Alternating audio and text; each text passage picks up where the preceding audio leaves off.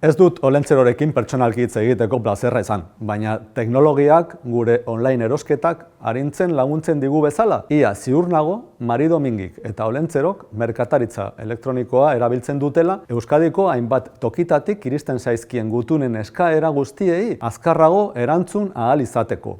Beraz, esango nieke, arreta berezia jartzeko phishing edo smishing tekniken bidezko iruzur digitalarekin kanal horietatik gailuetara iristen diren esteketan klik egin gabe. Eta jakina, oso ondo erreparatzea, erosketak egiten dituzten online denden zerbait xehetasunei legezkoak direla egiaztatuz, URL-a segurua dela egiaztatuz eta helbide fiskal bat duen bertara joateko arazoren bat izanez gero. Oso garrantzitsua da, egun hauetan asko bidaiatzen baitute, wifi publikoko konexio batean dauden bitartean ordainketarik ez egitea eta web hoietan datu pertsonalak nola kudeatzen diren kontuan hartzea. Eta zalantzarik izanez gero, informazio guztia dute ziberzaintzaren webgunean erosketak seguruak egiteko.